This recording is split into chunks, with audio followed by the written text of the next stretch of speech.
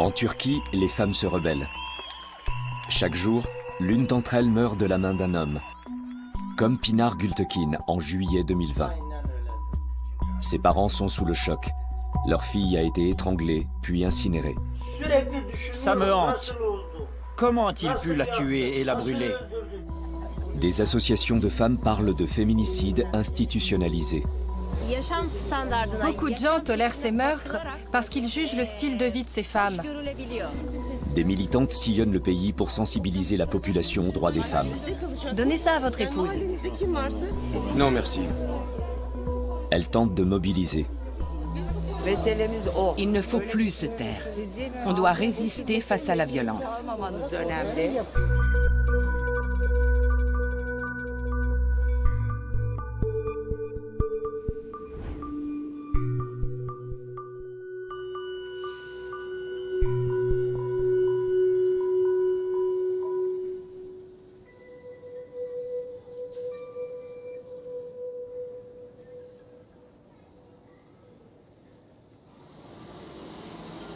Figan et Rosanne, 58 ans, est l'une des cofondatrices de l'association Solidarité Féminine Bodrum.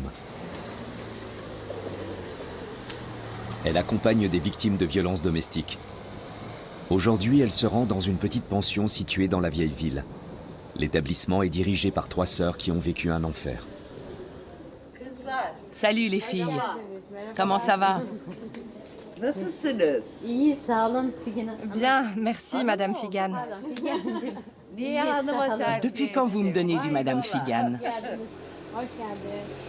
Comment ça se passe pour vous? Ça va, merci. Et pour toi? Je me sens forte. Tu l'as toujours été. Les 2 femmes souhaitent conserver l'anonymat.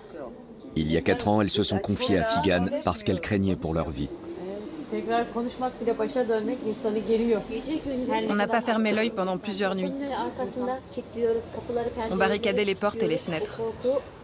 On était mortes de peur. Vous aviez poussé des meubles devant les fenêtres pour qu'ils ne puissent pas vous attaquer. Avoir vécu la peur au ventre m'a rendue en quelque sorte plus forte.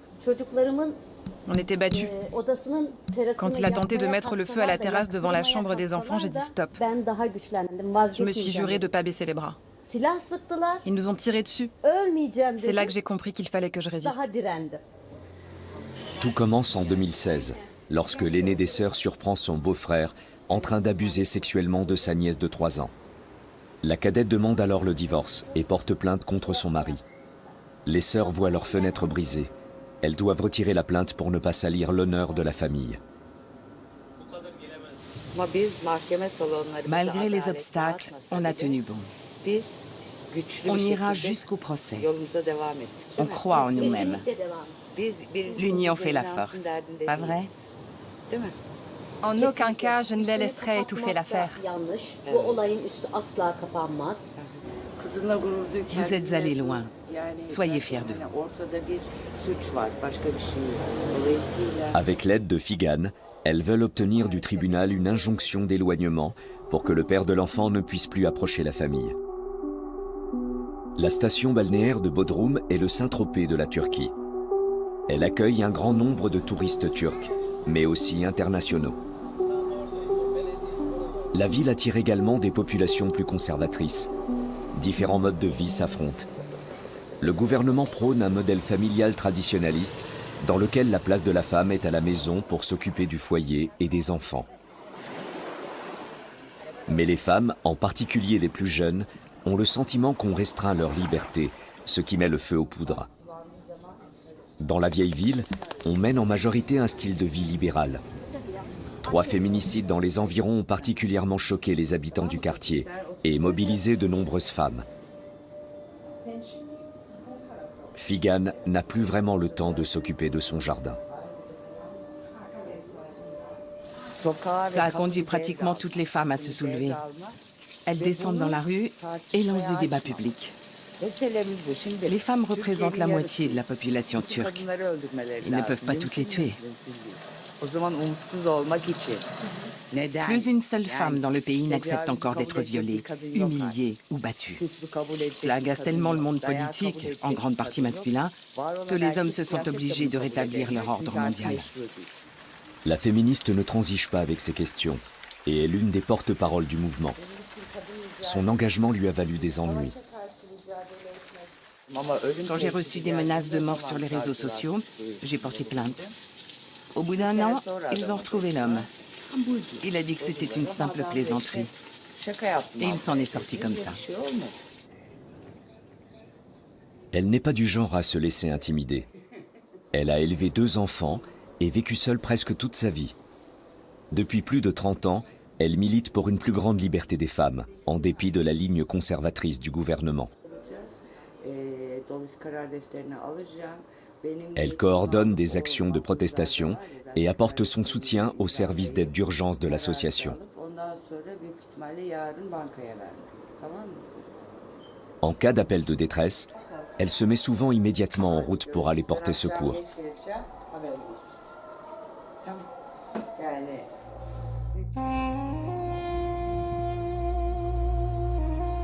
En Turquie, les statistiques sont sans équivoque.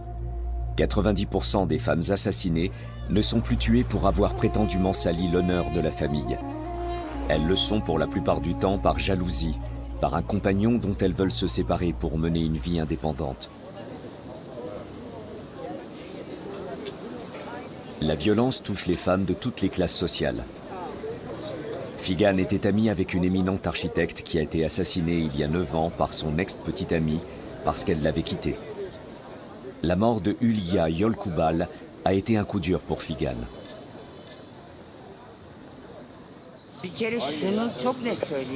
Cette violence provient du fossé qui sépare les femmes qui s'émancipent et veulent suivre leur propre voie, et une politique rétrograde qui prescrit que la place d'une femme est uniquement au foyer. Dès les années 1990, on a destitué l'homme de sa position de chef de famille. Cependant, le gouvernement conservateur instaure aujourd'hui dans tous les systèmes judiciaires une politique qui protège l'homme, considéré comme l'unique souverain en sa demeure. Et ce, dans un État où il n'y a également qu'un seul chef. L'architecte assassiné militait pour un Bodrum plus vert. Sa vie s'est arrêtée sur le pas de sa porte. Figan et l'avocate Evrim Inan partent à la rencontre des voisins. Il préparait son coup depuis longtemps. C'était prémédité en détail. Comment ça a pu arriver? Il passait toujours et rôdait là-devant. Mais ce soir-là, il s'est caché pour la guetter. Personne n'a pu protéger la femme de l'attaque. Elle avait besoin d'une protection. Il existe pourtant des lois pour ça chez nous, mais elles ne sont pas appliquées. De nos jours, se séparer est pourtant devenu normal.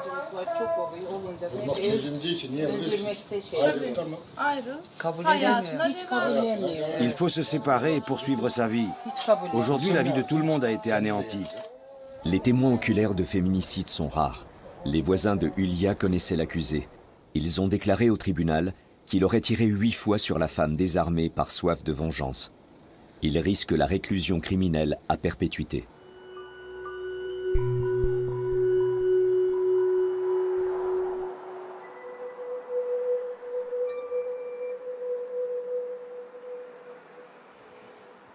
Evrim Inan est l'avocate de Solidarité féminine Bodrum. Elle représente des femmes désireuses d'engager des poursuites judiciaires suite aux violences qu'elles ont subies. Aujourd'hui, elle doit se rendre au parquet du palais de justice de Bodrum.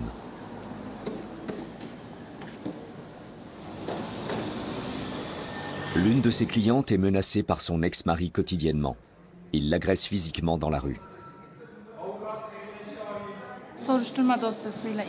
Une information judiciaire doit être ouverte.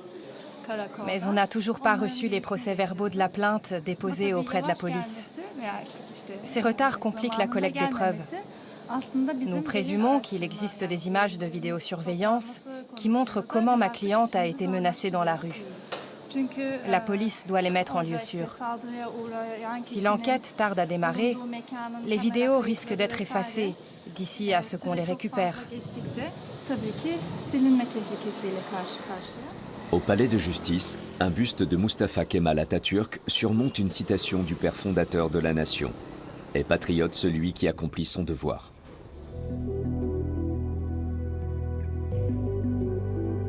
L'amour de la patrie doit aussi passer par l'inclusion des femmes. Mais des juristes comme Evrim estiment que ces principes républicains de la Turquie sont bafoués. Evrim vit en banlieue de Bodrum avec son mari Gültekin. Il est médecin pour les autorités sanitaires de Bodrum.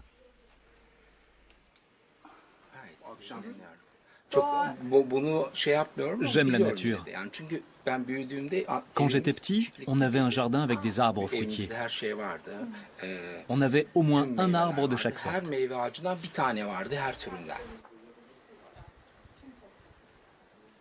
Aujourd'hui, le couple reçoit la visite d'amis.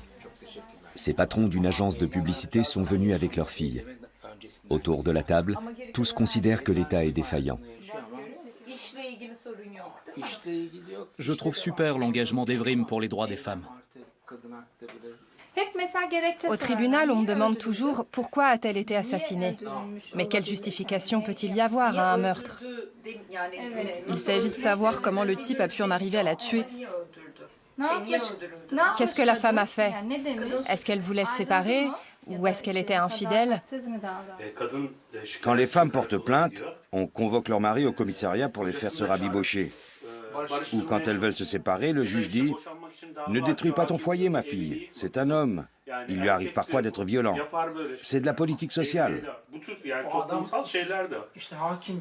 Les juges sont souvent conservateurs et non qualifiés. Ils sont nommés par en haut, sans tenir compte de leurs qualifications. Ils ne remplissent donc pas leur mission. C'est une politique gouvernementale ciblée pour empêcher les divorces.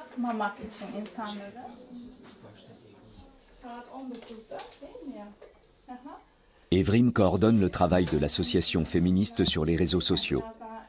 En juillet, toute la Turquie y a suivi le drame d'un féminicide. Tout a commencé par la disparition de Pinar Gültekin, une étudiante de Muğla, la capitale de la province. S'en est suivi une vague de protestations à travers tout le pays. La famille est venue sur place. Un avis de recherche a été lancé sur Twitter, qu'on a relayé sur nos comptes de réseaux sociaux. On a demandé à la police de mener des investigations et on a rendu l'affaire publique. On a lancé des hashtags qui appelaient la police et le ministère de l'Intérieur à agir. On a tenté de mobiliser les autorités pour que les recherches démarrent plus rapidement. Parfois, les avis des familles ne suffisent pas. Des tweets haineux ont également surgi, qualifiant la jeune femme de traînée, car elle entretenait une relation avec un homme marié. Pinar a été strangulée et son cadavre brûlé par son ex-petite amie. Les femmes descendues en masse dans les rues à travers toute la Turquie clament leur refus de se taire et leur soutien aux victimes. La brutalité de l'affaire met en émoi tout le pays.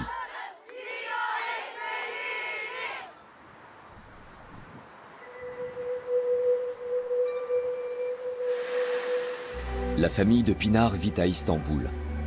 Ses parents, d'origine kurde, ont quitté l'Anatolie du Sud afin d'offrir une vie meilleure à leurs 4 enfants.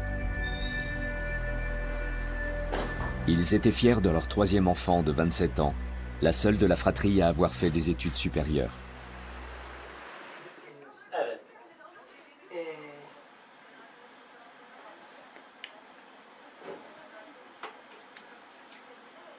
Comme sa fille ne répondait plus au téléphone, Şefike, sa mère, s'est immédiatement rendue à Muğla pour la chercher.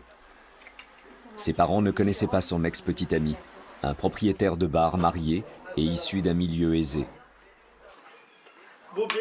Ça, c'était une famille autrefois. Je pense à mes enfants et à Pinar. Le cadavre de Pinar a été retrouvé par la police en forêt. Les parents étaient rongés d'inquiétude depuis des jours. Sur cette photo, elle était encore petite. J'ai peut-être dormi 10 heures au cours de ces 2 derniers mois. Je fais des insomnies. Je n'arrête pas d'y penser et de ressasser tout ça. Comment une telle chose a-t-elle pu arriver? Comment est-ce qu'il l'a tuée? Comment est-ce qu'il l'a brûlée? C'est comme si on nous avait arraché le cœur. On espère que justice sera faite. Mais on n'y croit pas vraiment. Pas avec ce gouvernement. C'est de pire en pire. Depuis le meurtre de ma fille, il y a quelques mois, une centaine d'autres femmes ont encore été tuées. À la télévision, on n'entend parler que d'une fraction d'entre elles. Ce mois-ci, 30 femmes ont été assassinées.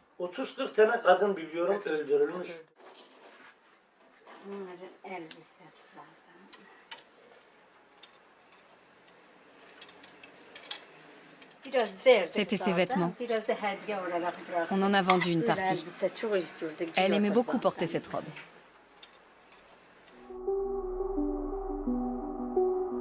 Moula est situé à une centaine de kilomètres de Bodrum. C'est là que se trouve l'université dans laquelle Pinar avait fait ses études d'économie. Une autre camarade a été tuée ici en juin par son petit ami qu'elle voulait quitter.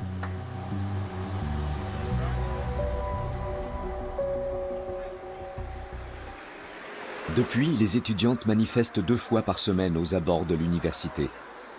Evrim et Figan soutiennent leur mouvement.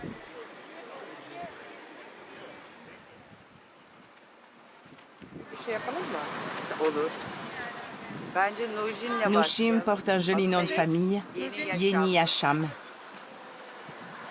qui signifie nouvelle vie. Vous faites ça depuis plusieurs mois. Respect. On manifeste pour demander des comptes concernant nos amies qui sont mortes et les autres femmes qui ont été assassinées. On a été intimidés et insultés par la police. Elle a tenté à plusieurs reprises d'entraver nos actions. Mais on ne cède pas. On est ici depuis des mois. On continue de marteler qu'on ne va pas se taire et que désormais on n'a plus peur.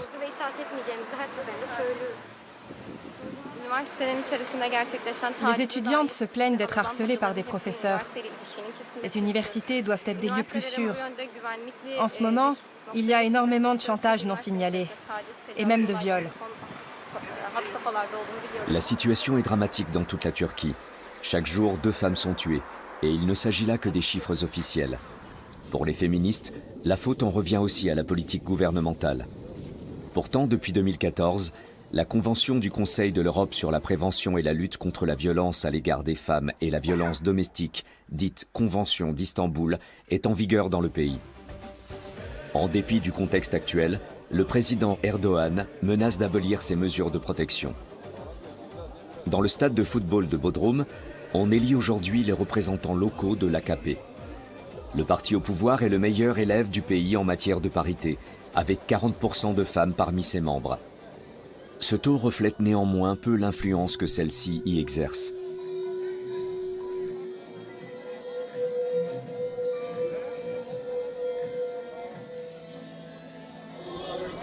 Aydan Korkmaz est la représentante de l'aile féminine de l'AKP à Bodrum. Comment allez-vous? Ça m'a manqué de vous voir parmi nous. Il faut qu'on se revoie bientôt. Notre président accorde une grande importance aux femmes. De nombreux domaines leur sont ouverts. Elles occupent des postes au bureau politique ou sont parlementaires. Chez nous, il y a des femmes partout.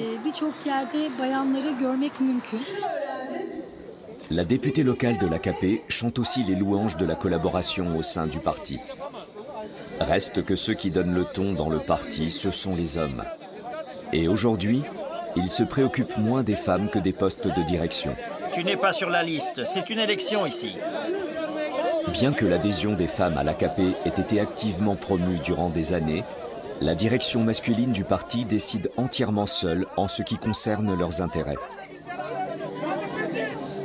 Récemment, les autorités religieuses du gouvernement ont recommandé aux femmes victimes de violences de chercher le dialogue et de cuisiner à leur mari son plat préféré. En clair, de jouer le rôle de la femme au foyer soumise. Pour Aydan, c'est totalement hors de question, même si la députée ne souhaite pas le dire ouvertement devant la caméra. Mert vient de suivre une heure de cours d'anglais en ligne. Maintenant, on regarde ensemble pour le prochain cours et on télécharge le module nécessaire. Aydan est contre la violence, mais à l'AKP, la politique sociale est fonction des postes. Nous comptons 6000 membres féminins à Bodrum. Nous offrons aux femmes une plateforme unique au monde. Il leur arrive des choses terribles qui nous blessent et nous attristent. Comment peut-on empêcher cela? Officiellement, je ne peux rien dire sur la Convention d'Istanbul. En matière de politique sociale, nous suivons les consignes de notre ministre des Affaires sociales. Pour ma part, je pense que des peines lourdes et dissuasives sont nécessaires. Plus personne ne doit oser agir de la sorte. Au sein du parti, les opposants à l'Union européenne prônent le rétablissement de la peine de mort. Pour les femmes de l'association solidaire de Bodrum, cela ne va pas du tout dans le bon sens. Une telle mesure entraînerait une rupture avec l'Europe et constituerait un pas en arrière politique.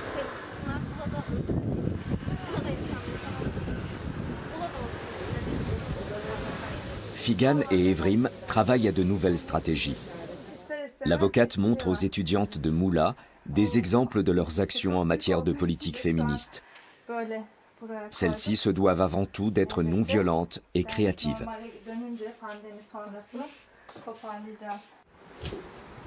L'une d'entre elles, partie d'Afrique du Sud, a pris une ampleur mondiale. Il s'agit de pierres rouges pour marquer les endroits où des femmes ont été victimes de violences. Cette action a pour but de faire changer la peur de camp. On ajoute donc un signe féminin sur la pierre.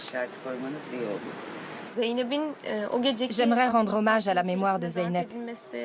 Elle a été agressée dans un parc public, mais aucune des personnes qui ont assisté à la scène n'est intervenue. C'est lamentable. Les militantes partagent des photos de leurs actions sur les réseaux sociaux. Elles demandent aux autorités publiques de protéger les droits des femmes et de ne pas sortir de la Convention d'Istanbul, mais d'enfin l'appliquer. Pour parvenir à leur fin, elles ont besoin d'un large soutien populaire. Aujourd'hui, les étudiantes veulent poser une pierre en mémoire de leur camarade Zeynep, tuée en juin.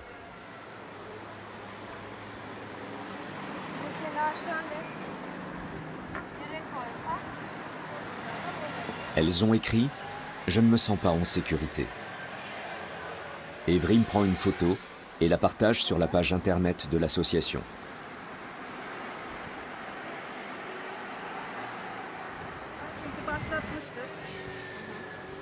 Ces femmes rejettent l'idée de la peine de mort. Celle-ci ne prend pas le mal à la racine, pas plus qu'elle n'offre de mesures pour protéger les victimes. Qu'apporteraient des lois plus dures? Notre droit pénal est déjà strict. À quoi est-ce que ça mènerait? Le problème, c'est que les lois censées protéger les femmes ne sont pas appliquées.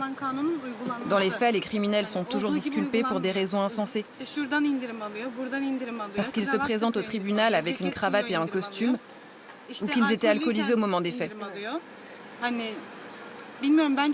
C'est cette mentalité qu'il faut changer avant de modifier la loi. La Convention d'Istanbul a pour but de protéger les droits des femmes dans toute l'Europe. Le traité a été signé en Turquie en reconnaissance de la candidature d'adhésion à l'Union européenne. Mais à présent, Ankara aspire à un changement de cap que le mouvement féministe veut à tout prix empêcher. Les militantes arborent des messages pour les droits des femmes sur leurs t-shirts. Leur association est au-dessus des partis politiques. Ses membres sont féministes, kurdes, républicaines, du jamais vu. Seules les femmes du parti au pouvoir manquent à l'appel. Elle prône une sacralisation de la famille, chose que l'on rejette. Ceux qui frappent les femmes, il faut leur briser les doigts.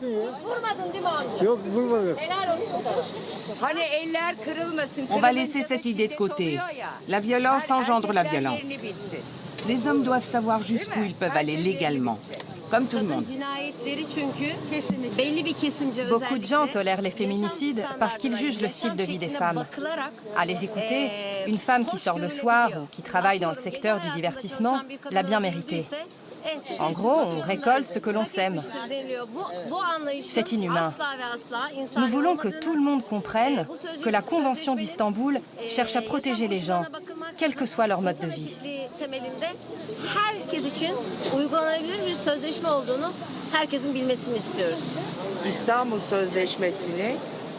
Il cherche à neutraliser la Convention d'Istanbul en faisant de la famille l'unique lieu de protection pour la femme.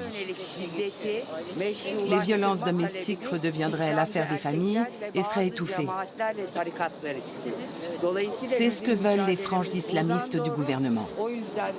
Nous y sommes farouchement opposés. Tant les femmes de tous les partis que nous, les féministes, et les femmes apolitiques. Selon un sondage, plus de 60% des citoyens turcs seraient opposés à une sortie de la Convention d'Istanbul. Le mérite en revient aussi au travail pédagogique des militantes. Lisez ça, s'il vous plaît. C'est vraiment important. La brochure informe sur les droits conclus dans la Convention. Officiellement, l'État s'engage à protéger les femmes des violences domestiques. Certains ne veulent pas en entendre parler.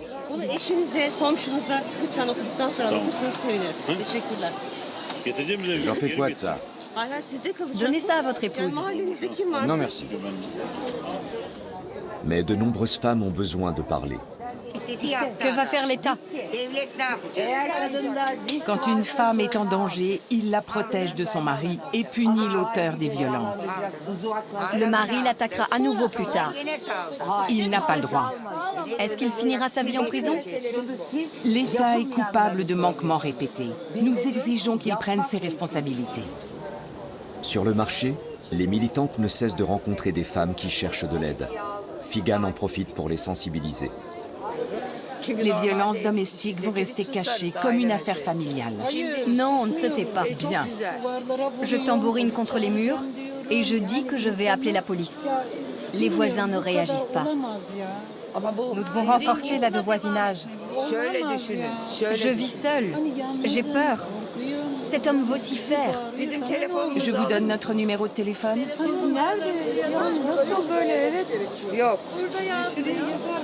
Vous avez de quoi écrire? Bien sûr. Une seconde. Je vous appelle. Je ne sais plus ce que je dois faire. L'État se préoccupe de la question. On dit même qu'il veut restaurer la peine de mort contre le viol. J'ai entendu ça récemment aux infos. Moi, je suis pour.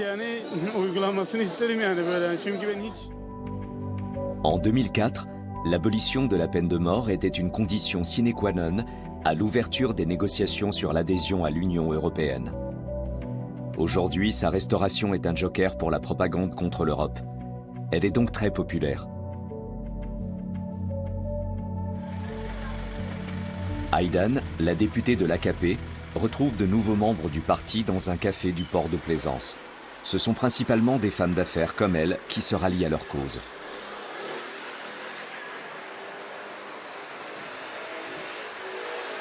Bonjour et bienvenue.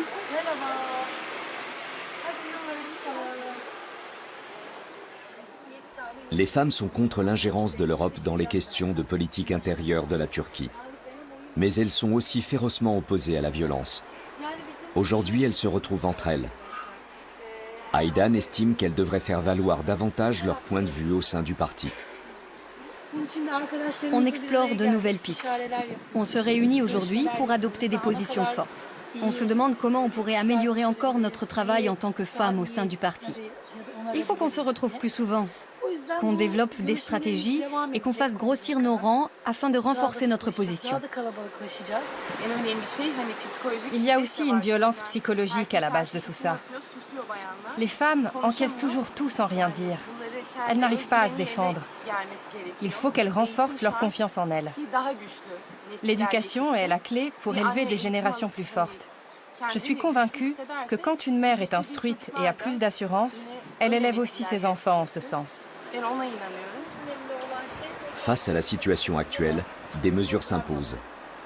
Même les femmes de l'AKP en viennent à la conclusion qu'en matière de politique relative aux femmes, elles doivent présenter des revendications concrètes. Dans une ville comme Bodrum, la situation est déplorable. On doit se renforcer. J'aimerais que tous les enfants sans abri disparaissent des rues. Il n'y a plus aucune maison de retraite, ni aucune crèche. Il faut qu'on fasse bouger les choses. Tu oublies le foyer pour femmes. On n'en a pas non plus.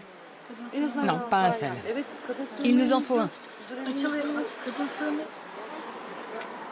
Les féministes se battent depuis des années pour que Bodrum en fonde un.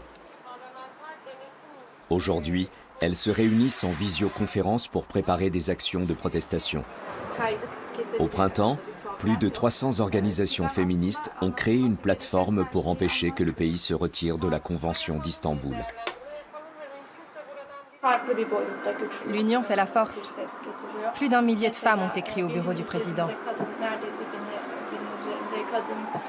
Elles protestent contre la sortie de la Convention.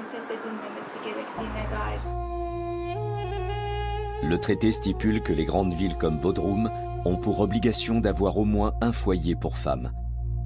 Les militantes en réclament un depuis des années, y compris auprès du maire de la ville, membre du CHP, le parti d'opposition. Mais en vain. Pourquoi ne remplissent-ils pas leurs obligations? La politique des femmes ne les intéresse pas. Pour eux, elles doivent rester à la maison. Ils pensent qu'elles vont se soumettre s'ils répondent à leurs revendications par attentisme. Mais ils se réjouissent trop vite. Si la ville n'ouvre pas le foyer pour femmes, on ira planter nos tentes sous leur nez. Les femmes sont déterminées à défendre leurs droits. Elles veulent faire pression sur le Parlement en incitant les députés à faire usage de leur mandat. Le Parlement est co-responsable de l'application de la Convention d'Istanbul. La lutte se poursuit. Les jours tranquilles des pachas sont peut-être comptés.